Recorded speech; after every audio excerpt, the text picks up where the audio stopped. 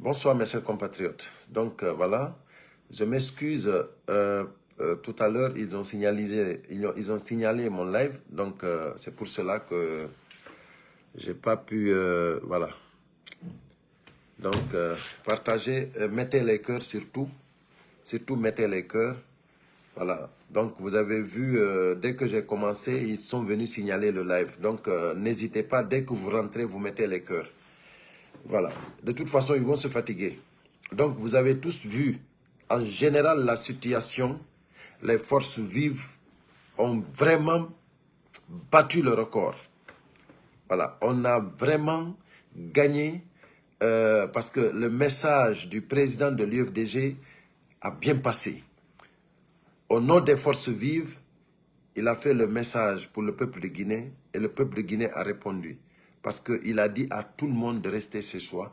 Et aujourd'hui, nous avons vu en Guinée, c'est-à-dire au terrain même, les gens qui sont partis voter, c'est-à-dire avec toute la terreur, on a réussi à faire rester les gens chez eux à la maison. Ça, c'est une victoire.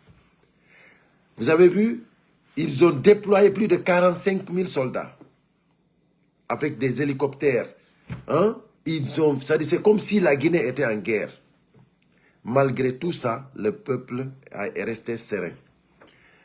Vous avez, comment dirais-je, là d'abord, tellement que je suis pressé, je remercie d'abord toutes les personnes qui ont participé aux manifestations, que ce soit ici à Paris ou ailleurs. On remercie tout le monde. Donc, vous avez vu les lives, ce qu'on a pu faire ici à Paris. Sincèrement, je suis satisfait, je suis très content. Et donc, je dis à tous ceux qui ont effectué leur déplacement pour venir ici à Paris pour ce manif d'aujourd'hui, sincèrement, je vous dis big up, parce que je sais que personne n'a été payé. Donc, ça, c'est par patriotisme qu'on l'a fait. Donc, c'est pour cela, nous sommes très fiers de nous-mêmes. Voilà. Le CNRD a compris que, c'est-à-dire l'argent du contribuable, ils prennent ça pour gaspiller. Mais sinon, on ne peut pas acheter les consciences. Les peuples conscients, on ne peut pas les acheter. Donc nous, on les a montré que c'est notre pays qui nous importe. Voilà. Donc nous ne voulons pas que notre pays soit dirigé par des va-nu-pieds. Nous ne voulons pas que notre pays soit dirigé par des kidnappeurs, des criminels. Donc c'est pour cela. Vous avez vu, ils ont fait des campagnes. Ils ont débloqué des budgets avec tous les mouvements de soutien. Ils ont interdit les manifestations à l'opposition. Ils ont suspendu les grands partis politiques. Ils ont dit à la presse de ne pas donner la parole aux leaders politiques. Malgré tout ce qu'ils ont fait, un seul message adressé à la nation du président de l'UFDG, président Cellou Dalein Diallo, un seul message de 8 minutes, une seule vidéo de 8 minutes, ça suffit largement pour que le peuple de Guinée comprenne ce qui se passe et ce qu'il faut faire. Bravo, bravo, bravo. Bravo au président de l'UFDG. Moi, je suis vraiment très content, très fier du futur président de la République. Parce que ça, c'est le futur président de la République. Donc, Mamadi Doumbouya, qui a pris, je ne sais pas combien de milliards il a donné à Ousmane Gawal pour détruire l'UFDG. Et après, Ousmane Gawal a pu manipuler beaucoup de jeunes. Les cadres de l'UFDG, en premier cas, ils se sont constitués en SERAG. Ça n'a pas marché. Le SERAG, c'est-à-dire c'est du poubelle. Ils se sont constitués en mouvement de réformateurs. Aujourd'hui, ils n'ont rien eu, rien absolument. Donc, en fin de compte, qu'est-ce qu'ils ont fait? Suspendre même les partis politiques. Dire à la presse de ne plus les donner même la parole. Si le CNRD, vraiment, s'ils sont conscients, s'ils sont intelligents, ils ont tout compris. Parce que là, c'est les messages clairs, avec toutes les interdictions, toutes les intimidations, toute la pression, tous les militaires déployés sur le terrain. Un message de 8 minutes, ça suffit. Largement. Ce n'est même pas la peine de gaspiller de l'argent. Président Cellou Dalein Diallo, il va nulle part pour gaspiller de l'argent. Il donne de l'argent à personne. Mais la vérité triomphera. La vérité triomphera. Donc, mes chers compatriotes, je remercie tout Guinéen qui n'est pas parti voter. Tous les Guinéens qui n'ont pas effectué leur déplacement, tous les Guinéens qui sont restés chez eux, je les dis big up. Merci, merci infiniment. Nous avons montré au CNRD que la vérité triomphera. Voilà. Ils sont partis dans tous les mosquées pour dire aux gens d'aller voter, sinon ils auront des problèmes. Il y a des aides qu'ils ne vont pas recevoir, d'autres ne vont plus avoir des cartes d'identité, d'autres ne vont plus avoir leur passeport, avec toutes les intimidations. Il y a même des sous-préfectures où ils sont partis dire, si vous n'allez pas voter, c'est-à-dire ils vont vous arrêter. Il n'y a pas de sorte d'intimidation qu'ils n'ont pas effectuée, qu'ils n'ont pas fait. Mais le peuple est resté serein.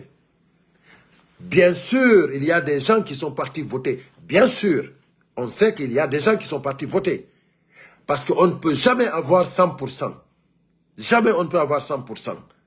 Mais Mamadi Doumbouya lui-même, s'il est intelligent, s'il a quelque chose dans sa tête, c'est-à-dire lui-même, il sait que le peuple lui a dit non. Nous ne sommes pas d'accord avec cette constitution. Lui, il ne s'est même pas prononcé d'abord. Mais là, c'est le peuple qui s'est prononcé. Nous ne voulons pas Mamadi Doumbouya. Tu ne veux pas. Tu as vu toute la démagogie qu'ils ont formée autour de toi, Mamadi Doumbouya? Là, moi, je te donne les vrais résultats. Ce n'est pas les résultats que vous avez formatés là-bas. Moi, c'est moi, Ilo et la diaspora africaine qui te donne les vrais résultats. C'est-à-dire ce que nous avons vu sur le terrain. Et ce que nous avons vu partout dans la diaspora. C'est-à-dire... nous avons les vrais résultats. Le peuple guinéen s'est abstenu. Ils se sont tous abstenus parce que le président Cellou Dalein Diallo a dit que tout le monde s'abstienne. C'est-à-dire de ne pas aller voter. Parce que si vous votez oui, si vous votez non, ils vont convertir ça en oui. Donc tout le monde est resté. Ceux qui sont partis voter par manipulation. Il y a d'autres qui sont partis voter par manipulation. Il y a d'autres qui sont partis voter parce qu'ils ont peur. Parce qu'ils ont peur. Ils ont été terrorisés. Nous les avons dit d'avoir peur de Dieu. De ne pas avoir peur de Mamadi Doumbouya. On les a dit, on les a répétés. Mais beaucoup n'ont pas accepté. C'est leur problème. C'est eux les perdants. Parce que toute personne qui a travaillé pour que Mamadi Doumbouya puisse passer ce référendum, tu es perdant. Tu es perdant. Toute personne qui s'est employée, qui s'est impliquée pour que Mamadi Doumbouya puisse passer ce référendum, tu es perdant. Là, je suis content de voir un Dansa Kourouma qui a tout fait, mais il est perdant. Je suis content de voir des gens comme Baouri perdants. Je suis content de voir des gens comme Makane Rakake perdants. Je suis content de voir des gens comme Cellou Baldé perdants. C'est-à-dire, les Mori Kondé, les Mori Sanda Kouyaté, vous avez tous perdu. La démagogie ne peut pas gouverner une nation. Donc, mes chers compatriotes, encore une fois, je remercie tout le monde. Tout le monde. J'ai un message à faire passer en poulard. Je suis vraiment... je m'excuse beaucoup, mais il me faut passer ce message en poulard. Parce que le Fouta, sincèrement, le Fouta a dessus. Le Fouta a dessus. Je sais qu'il y a beaucoup qui sont restés chez eux, beaucoup. Mais c'est-à-dire, ils ne devaient pas avoir plus que 2%, plus que 1% même, dans les urnes. C'est-à-dire, ils ne devaient pas avoir plus de 1% des personnes du Fouta qui sont parties. Mais aujourd'hui, c'est-à-dire, ce que les gens du Fouta nous ont montré, c'est qu'ils peuvent avoir peur d'un individu et de ne pas avoir peur de Dieu. Et ça, c'est dangereux. Ça, c'est dangereux. Et donc, voilà. Je ne vais pas allonger beaucoup le live. Seulement, c'était pour vous remercier. Et remercier à tous les Guinéens. Voilà. Merci vraiment. J'ai vu beaucoup de monde, tout le monde, beaucoup sont venus me serrer la main, beaucoup sont venus faire des photos avec moi. Sincèrement, c'est avec plaisir. C'est un combat noble que nous menons et ça, vraiment, ça va droit au cœur et nous sortirons victorieux de ce combat. Voilà. Merci à tout le monde. Donc voilà, on a été hacké Moussipian. On a été hacké. Voilà. Excusez-moi, voilà. Voilà, haray on acce hakke musidɓe. Haray no wodi ɗo message mo mi faala wadde ɗo ɗen e pular. Voilà. Hande ko voilà ko dimanche 21 septembre ko hande woni jour élection ji ɗi. Meɗen iwri ni ko manifestation ji. Voilà. Donc voilà, mi feƴƴude ɗo, donc oɗo andintini lan, y a Mohamed Ba Baldé qui me rappelle. Je remercie tous les compatriotes de Zéro Corée, la forêt, tous les compatriotes de la forêt, je les remercie tous. Je remercie tous les gens de la forêt. Ils ont été impressionnants, ils ont été vraiment très conscients, très corrects. Sincèrement, vous êtes dignes. Sincèrement, vous êtes dignes.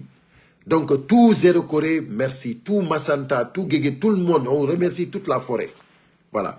Donc, il y a d'autres régions aussi, la Haute-Guinée. On remercie tout le monde. Voilà. On remercie tout le monde. Tous ceux qui n'ont pas effectué leur déplacement.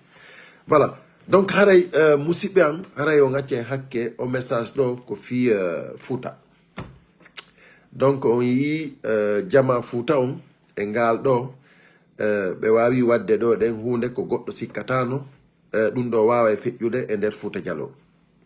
ɗum ko honɗum ɗum ko o constitution ɗo mo Dansa Nkrumah waɗi mo ɓe faala imposande Guinée fou. O constitution ɗo nde deftere ɗo ɓe ƴettinde ɓe naadi e nder Fouta Diallo fou.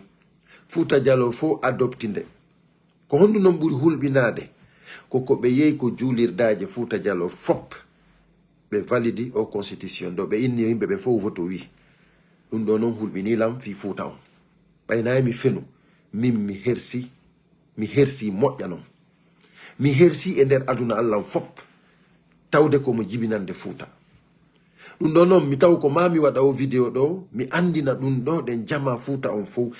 On andi toujours no wodi woɓɓe wonɓe conscient haray toujours no wodi yimɓe ɓe andanda hormani ɓe jaɓata jiɓude hoore maɓɓe ɓen ɗon ɗon ɓe tawaka e muɗum mais kono ko jama Fouta immi ɓe dari daditi fiyo o constitution ɗo feƴƴu onon ɗo on hersini men on waɗi ɗo noon kadi ko nisoton par ce que ɗon andi ko fi honɗum par ce que ɗo ko huɗorɗo kaamilure nden Mamadi Doumbouya on andi hande élection on feƴƴi on yi onon tigi ɗum ɗo boycotton Marsika ko ɗum addi noon yomi armi waɗana on o vidéo ɗo par ce que ɗo boycotton aduna Allah fof yii jama on nananali CNRD e hoore mbuudi ko lanca kon fof e hoore ko ɓe ƴetti otoje ɓe hokkitiri kon fof e hoore ko ɓe ƴetti c'est à dire yimɓe ɓe naadi e nder Fouta Diallo fof fi ɗenƴingol jama on fi manipulugol jama on waɗa recensement ji inna addanayi yimɓe ɓen hay danɗe hay frigidaire ji c'est à dire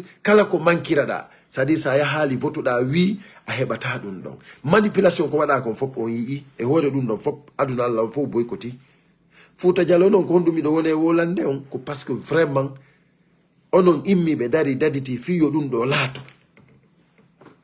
onon ardinaɓe Fouta ardiniraɓe bandiyagal gilande may délégation spéciale gilande may district gilande may chef de quartier onon immiɓe dari inni ko ma ɗum ɗo laato e imamuɓe dariɓe inni ko ma ɗum ɗo laato on hersini hen on waɗi ko nisoton ɗo noon yewtere nden ɓurtilan welde par ce que ko eɓɓuɗon kon fof Allah laatinali Allah ko gooto Allah holli on no wodi jibinande lagine ɓe jiiɓata ndimu muɗum Allah holli on ɗum hikka Allah holli on no wodi ɓiɓɓe jeeyaɓe lagine daareɓe fooreɓen to ɓe inni kamɓe ɓe jiiɓata ndimu maɓɓe ngun.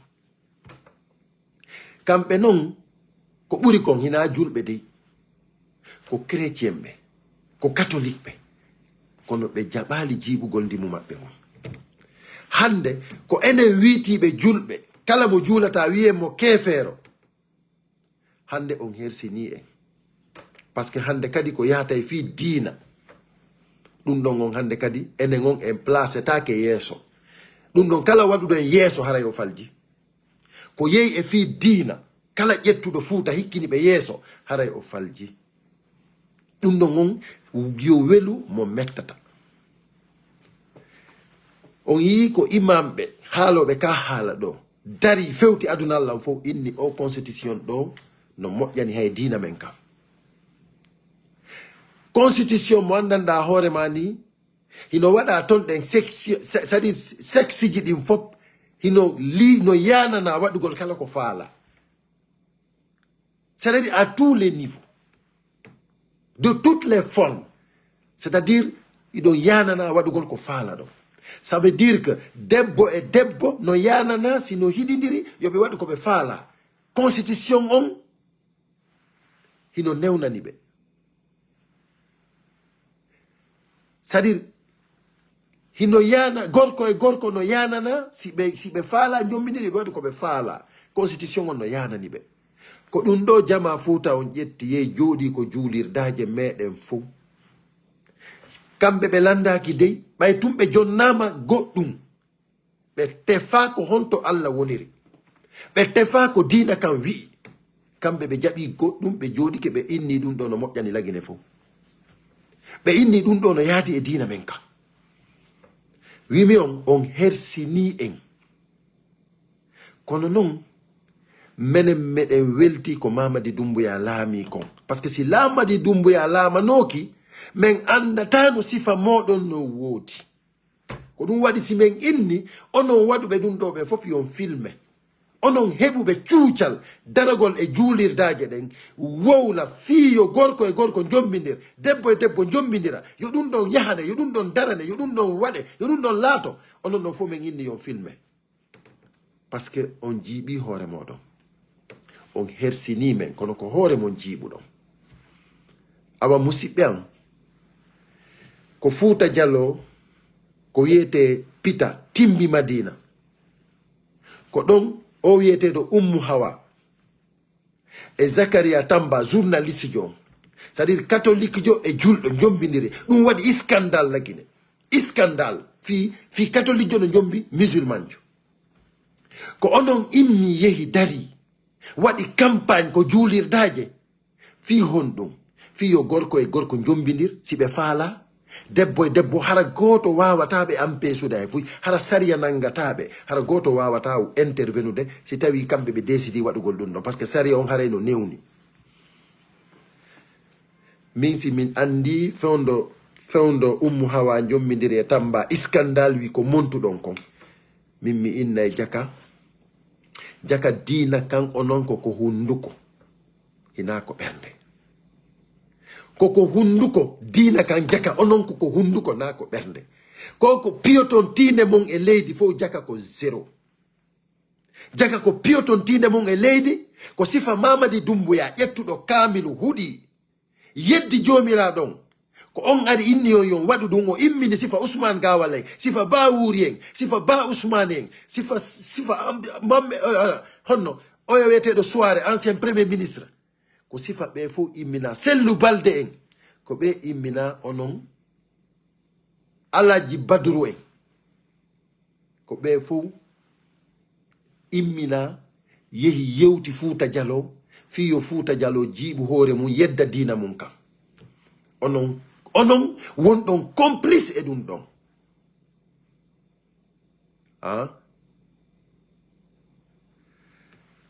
onon wonɗon complice fiyo ɗum ɗon laato. Mamadi Doumbouya hino imposana portoɓe ɓe faala yeeyude leydi ndin ɓen hiɓe faala si ɓe ari lagine si ɓe yi si gorko yi gorko welomo hara ɓe wonday ɓe jombidira hara sari on wataɓe sokkude hiɓe yeta ɓe waɗu ɗum nder ton ko ɓe yehi ɓe hayli Fuuta kon fof ɓe haalani on ɗum ko barki Allah e o suka men wiyeteɗo Alassane Diallo ko Alassane Diallo yaltini Allah waɗi tawi mo seeɓi yitere o yi ɗum ko nder deftere ton o yaltinani en o weeɓitani en o waɗi capture paragraphe on fiyo fof hiw kadi ko seede on ko ɓe windi kon fof hii kadi jama Fouta on hersini en on jiiɓi noon hoore mon mi haalanno on ko ɗum woni wowlugol ngol no ɓuri fankugol ngol mi haalanno on onon dari ɓe ɗum ɗo ɓe fof on jiiɓi hoore mon mi haalanno on onon dari ɓe ɗum ɗo ɓe fof on hersay wallahi on hersay hande lagine fof andini Mamadi Doumbouya si Alaji Sellu maaki e si kamɓe ɓe waɗi décret ji ɓe waɗi kaydiji ɓe signi président signi ɓe waɗi primature mi anda honto e honto kala ko ɓe waɗi lagine si Alaji Sellu maaki koko Alaji Sellu maaki konko ɗum ɗon daginte hande ko ɗum woni gonga on onon noon tawtuɓe CNRD fop e nde fenande ɗo on hersi on indi hiɗo wawi dirisude leydi ndin sans ɓe leader ɓe raɗi ɗon ko leydi ɓe haɓɓiti ɗon on martine on yaltine lagine few hara artata lagine on perdi par ce que ko falano ɗon kon marsali aduna Allah on fof yii référendum on boycotama aduna Allah on fof yii ɗum ɗon on wawata fenude ha o référendum ɗo yaltita wondema ɗum ɗo ɗen woni ko laati fenande wawata moƴƴinde ɗum ɗo ɗum ɗo vidéo Alaji Sellu mo minute 7 jiiɓiti ɗum ɗo fuu si tawi noon ɗum ɗo yonali on haray foye mum ko catastrophe fokkitan ɗon ko min haalani on ɗum donc haray mbuudi ko Ousmane Gawal jonna kon fof cadre ɓe ko ƴettuɗon UFDG kon fof ɗum ɗo fof yeƴali parti on suspandi parti on ɗum ɗo yeƴali président Cellou Dalein Diallo ko paɗi ɗo jooɗi e nder hôtel ɓe waɗi vidéo mo minute 7 ɗum ɗon yoni non c'est incroyable mais non ɗo o message ɗo momi waɗani ɗo jama Fouta on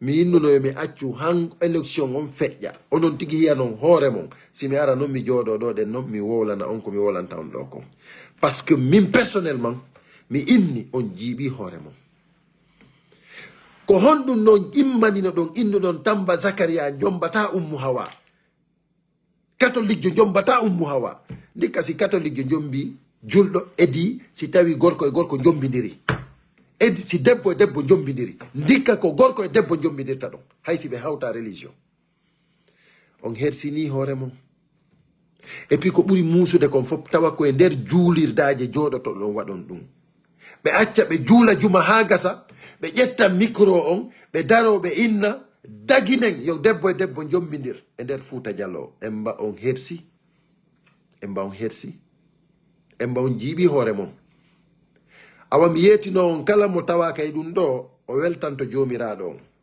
kala tawaɗo e ɗum ɗo o nisira e ɗum o mayɗo mo yafaka hewti noon on jarama musidɓe an ko ɗum adduno lan ɗo mi weltanike on fou onon ɓe tawtali o bone ɗo ka jamfa ɗo on jarama ɓurte jogitagol ndimu mongu ɓurte andugol toujours Allah ko goto ɓurte fellitugol Mamadi Doumbouya Gayni merci beaucoup yo jam e kisiye wonu e meɗen